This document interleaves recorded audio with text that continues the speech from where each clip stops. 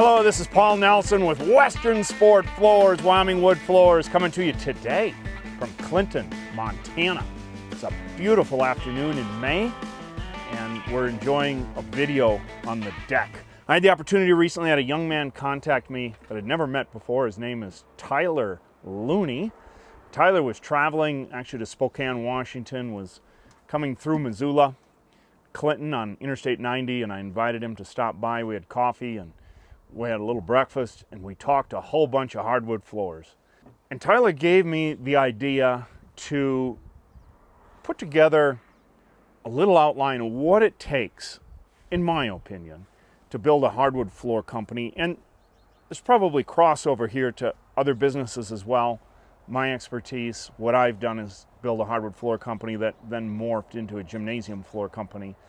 But I put this together really with the thought in mind of probably a younger person that's learning their craft, that is interested in actually building a business, which is different than just having a job or going to work every day without a lot of direction in your life. So how do you start? Well, I said number one, you're going to need to learn your craft very well. You got to learn what it is that you're doing. You have to have some expertise. Does that mean you work for somebody else?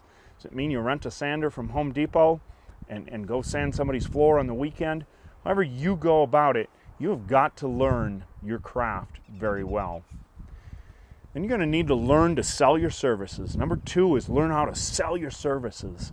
And I put at the end of that, collect a 50% down deposit. You know how you can tell when you have an interested, ready to go person that wants you to come in and do their floor? When they're willing to pull out their checkbook and write you a deposit check in the amount of 50% of the overall bill.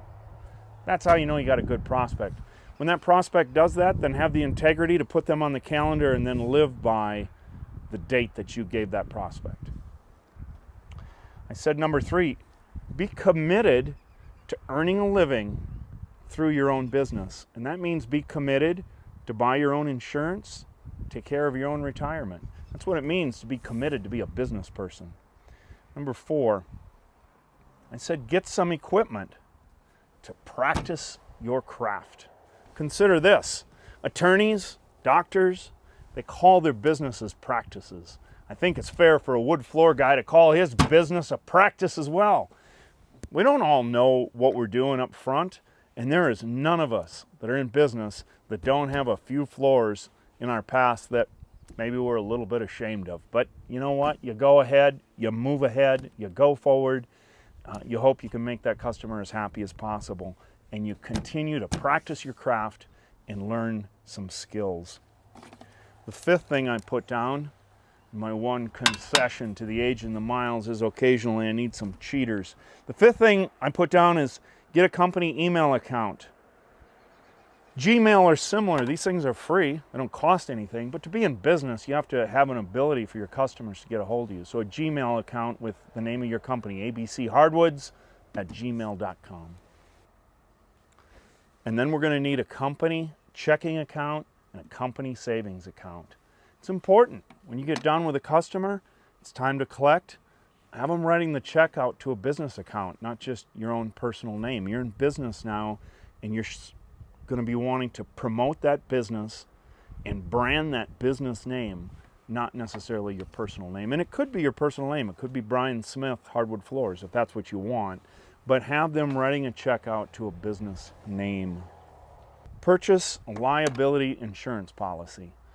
At some point, it's kind of like the chicken and the egg. You may have to sand a few floors, do a few installs before you actually have the money to fully do all the things that you should have done up front. I understand that. Maybe you didn't have money for insurance on your first couple of jobs, and maybe when you were coming over to somebody's house on a weekend with a Home Depot sander in the trunk of your wife's car, they probably didn't expect you to have insurance, but you were doing it for half the price of their other bids, so they understood. But at some point here, relatively early on, you need to get your insurance, you need to get your business license, and in some states that'll require some bonding as well. And I highly recommend that if you're actually going to run a business, run a legitimate business. That means you need to be insured, and you need to have your licenses. And then conduct yourself like a professional. As I brought up earlier, when you take a customer deposit, make sure you come back the day you said you'd come back to do that customer's floor and do it to the best of your ability, the way you said you'd do their floor. That's conducting yourself like a professional. Very early on, I said step number 10 is to file an LLC, a limited liability corporation. It distinguishes you from just a guy that's working out of the trunk of his car, from a guy that's just a handyman. You're now entering the realm of an actual business by filing a limited liability corporation, following the rules of the state that you live in, and conducting yourself as a viable company. This seems so basic, but I said number 11 is get business cards. Why would you need business cards in this day and age when people do social media and they do things through email and text? Because you take that business card at some point when you're working on that lady's living room and you go over to her pantry and you tape that business card on the inside of her pantry door so that when she wants a recoat or another sanding or some more hardwood floor laced into her existing floor, she knows who to call. Get yourself some business cards. It's cheap, it's simple, and they're a really effective marketing tool. Number 12, set up a basic website. So a basic website has lots of photos on it. It doesn't have to cost you $10,000, but it's got lots of photos. It's got your phone number. It's got how people can get a hold of you. It's got some references. It's got your insurance information. Show people that you're really in business, and you can do that on a real basic website. Start having a helper on your job sites from time to time. There's only so much you're going to be able to accomplish by yourself, and once you have an idea, a real good idea of how to do the job, and how to do it effectively, start learning how to work with a helper. They're not going to be as committed to it as you are. They're not going to be as good with the customers as you are. They're not going to be as careful with the equipment as you are. But nevertheless, you cannot build a company without having an understanding on how to have people help you. So early on, it's going to make sense to get a helper if for no other reason to help you get equipment in and out of the house and do some basic chores as you oversee that person. Number 14 that I put down is start to understand the difference between a good job and a bad job. There are jobs that you're going to take where you're going to make almost no money on. And that's never the goal. The goal is to make a good living, to be able to pay your bills, to be able to expand your business. And to that end, you have to know what a good job is and what a bad job is. Almost anybody that spends any amount of time in the hardwood flooring business will tell you that sand and finish is the most profitable area of this business. You got to become great at sand and finish. And to the extent possible, focus your business on sand and finish, because those are the highest profit jobs that you're going to be able to find. And that leads right into number 15, which is to start to understand your business model. And what that means is there's lots of different things, even within the hardwood flooring industry, that you could specialize in. You could just specialize, for instance, in installing pre-finished floor. You'd need a minimal of equipment. You install it, maybe by yourself. When you walk out the door, you're done, you're done. To a large extent, the manufacturers handle the warranty issues. And maybe for some people that's a business model that works for them. Obviously, the background that I came from was some fairly high-end sand and finish, some fairly high-end craftsmanship in Jackson Hole, Wyoming. And I'm pretty partial to that. I think that when you're working in high-end homes, those are more expensive jobs. You have a lot better opportunity to make a good profit margin. But wherever it is that you want to work or decide to work, for whatever reasons you do decide, understand what your business model is, and then you can do the things that move your business model ahead. Begin to develop a philosophy for your particular brand of craftsmanship. And I've just kind of been talking about that over the last couple of steps, but when I talk about your particular brand of craftsmanship, some folks like to hand scrape floors. I've done a little bit of it. It's a young man's gig, by the way, but if you can really effectively hand scrape floors, that's a fabulous way to make a living. Let's say some people might really specialize in sand and finish. and others might do only pre-finish. But whatever it is that your particular brand of craftsmanship is, understand it, get extremely good at it, and move ahead with that brand of craftsmanship.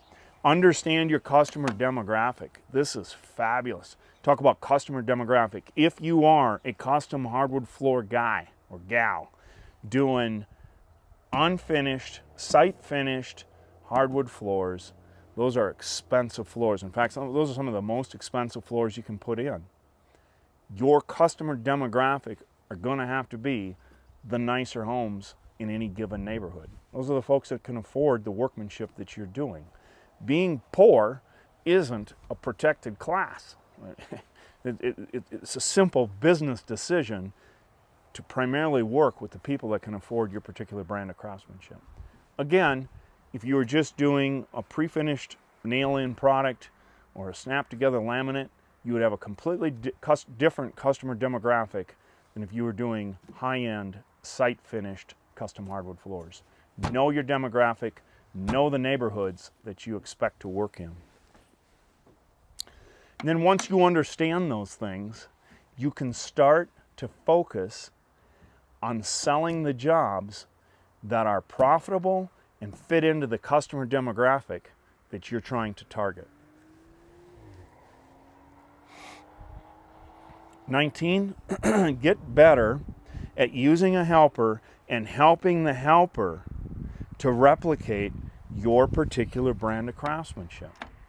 Help the helper get better at replicating your particular brand of craftsmanship.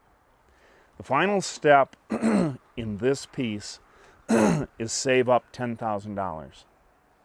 Save up $10,000, have it in a savings account, a business savings account that is for the business.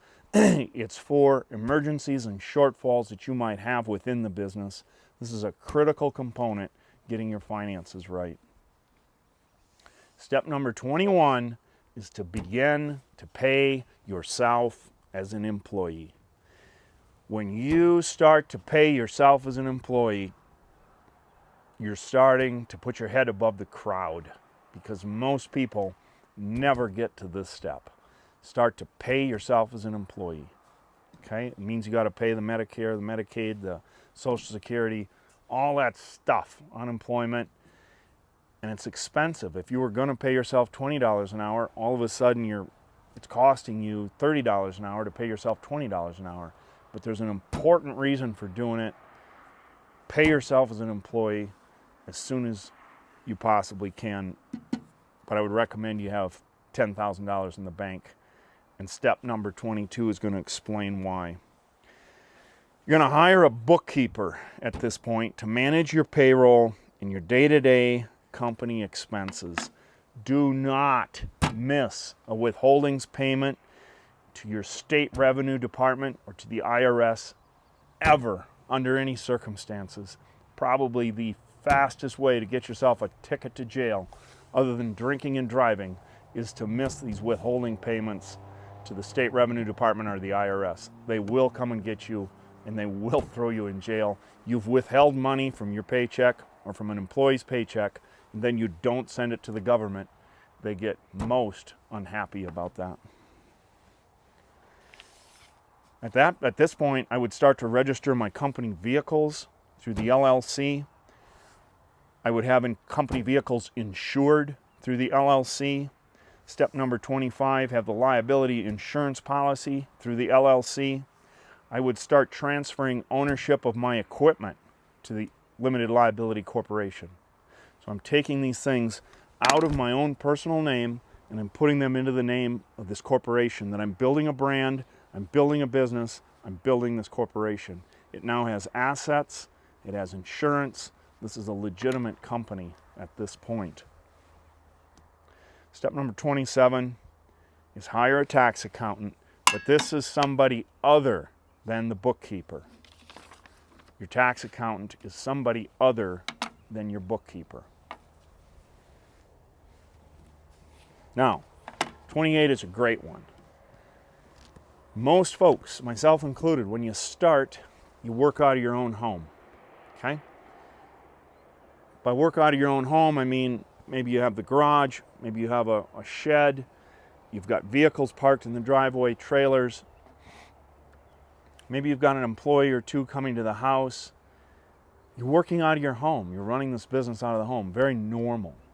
But consider this. Consider this. Let's say you wanted to go sublease somebody's house. And you said, okay, I want to sublease your garage. I'm going to run my business out of your garage. And I'm also going to use your shed out here. And oh, by the way, my bookkeeper is going to come in from time to time and do some work in the house. And I need some office space in that house. And once in a while when my employees come in the morning, they're going to have to come in and use the restroom. Who's going to do that deal? Nobody's going to sublease you their garage, their shed, and various parts of their house at different times of the day. But that's what you put up with as a business owner.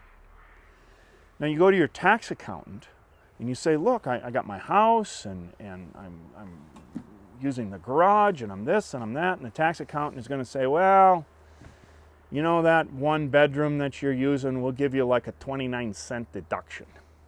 I'm telling you, this is my opinion. It's not tax advice, but I think the tax accountant is the worst person to ask tax advice from because he's got his own business model.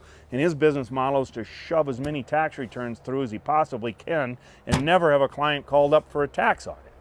So you need to understand some basic things about how the tax code works and be able to work with your bookkeeper, and then you give those books to the accountant as they are and have the accountant file the tax return. And one of the things that I would do, one of the things I have done, and one of the things I would do is understand how disruptive to your life this business is. So if you're renting this hypothetical house that I talked about, you're paying $1,200 a month, but the business encompasses the entire house, I would be writing a check out every month for a good portion of that rent directly to the landlord from the business account. Make up the difference from your personal account. Have the bookkeeper just show that as a business rent. And I wouldn't even, talking about myself, I wouldn't ask the tax preparer's opinion on that. And so understand, have a little understanding as a business owner of what your state and federal taxes look like and the tax deductions that you really should be taking. As a business owner, most of the things that you start to do now, a legitimate business owner, become tax deductible. Most of us start with friends and family. That's pretty normal. So at some point, when you and your brother go out to eat and he's talking about having some new wood put in his house, maybe that becomes a tax deductible dinner if there's a significant discussion about your brother's new wood floor. Keep these things in mind. Most of what you do as a business owner can become tax deductible if you're operating your business like a business. Now it's probably time to hire a couple of employees. You've had some helpers, they've been on your job, you've learned how to manage the helpers, and now it's time to make them legitimate. Actually pay them as employees, pay all the withholdings on them that you're already paying on yourself, and this takes a further step in making your business viable. Hire a couple of employees and start to manage them. You're doing the things that only the business owner can do. Sales is one of them. Meeting with those customers, maybe going back if there's warranty work, callbacks, making sure those callbacks are taken care of and that customer is satisfied. But the helpers now, the employees, can start to do some of the real day-to-day muscle in this business.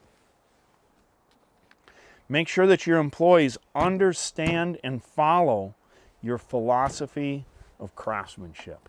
So this business model that you've put together, once you're hiring employees, they're not coming in running the business their way. They're coming in and running your business your way. That's the way it is. And you don't have to be unpleasant about it, but you have a business model, you have an area of craftsmanship and expertise and a business philosophy, and those employees are coming in to replicate that model that you've put together. That was step number 31, making sure your employees understand and follow your philosophy of craftsmanship. Once you have completed step 30, congratulations. More than 75% of all businesses in the United States of America never make it this far. In fact, most businesses never make it past the sole proprietor. They never make it to the step where you actually go out and hire people and create a real business. So if you've made it to step number 31, you've made it past the vast majority of businesses in this company. So step number 32 is you're now ready to expand and scale the company. And how do we go about expansion? And I list 4 or 5 possibilities here, A through F. Number 1, invest heavily in yourself. What does it mean to invest heavily in yourself? Well, you now have employees. You now have a certain amount of tax issues that you have to have some comprehension about. There's just an absolute overwhelming amount of information that you need a certain amount of education on. So owning some books, reading some books on sales, management, motivation, business, people skills, etc. is going to be critical to the continued function of this business, especially as you begin to build it. Attend workshops on the same topics. There's a certain amount of value to going to places where other like-minded people are, meeting those people, getting excited together with them, sharing ideas. That's a dynamic that you just can't find on your own reading a book. So actually surrounding yourself with like-minded business people, and even maybe more important is like-minded people within your own industry through, say, the Natural Wood Flooring Association or other associations where you can bring industry people together, meet them, bounce ideas off them, get motivated with them, make friends with them that you can then contact and stay in touch with throughout the coming months and years. Then I put down quality of workmanship. Your company will not continue to grow if you don't continue to do good quality workmanship and continue to grow, continue to learn new things, and always, always, always keep your quality up. It's so much easier to bid a high quality job than it is to fight down at the bottom for the low quality work. It's just so amazing that down here, the low quality, low paid work, there's lots of competition. When you raise the bar to the high quality work, the really skill work, the competition dwindles significantly. And that's the area where the money is. That's where you want to be. Your relationships with customers. Your relationships with customers will grow your company. Another idea for scaling your company is purchasing a competitor's company. When we went into the gym floor business, we purchased a competitor. The competitor hadn't been doing great work recently. The guy's wife had passed away. He'd had some health challenges. He was depending on employees without much leadership to run the company, and their quality had really gone downhill. Nevertheless, they'd been in business for 22 years. Nobody stays in business for 22 years that didn't at one point do a lot of things right. We purchased that company and we never looked back, and it was without doubt the best move we ever made to grow and scale our business to the size it is today.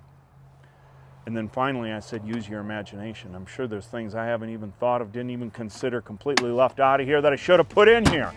But I trust that you're an imaginative individual. You're a business owner. There's 1,000 ways to grow your company from 1,000 different people. And I'm positive you'll find the exact right way for your particular situation. For Western Sport Floors and Wyoming Wood Floors, this is Paul Nelson. You make it a great day.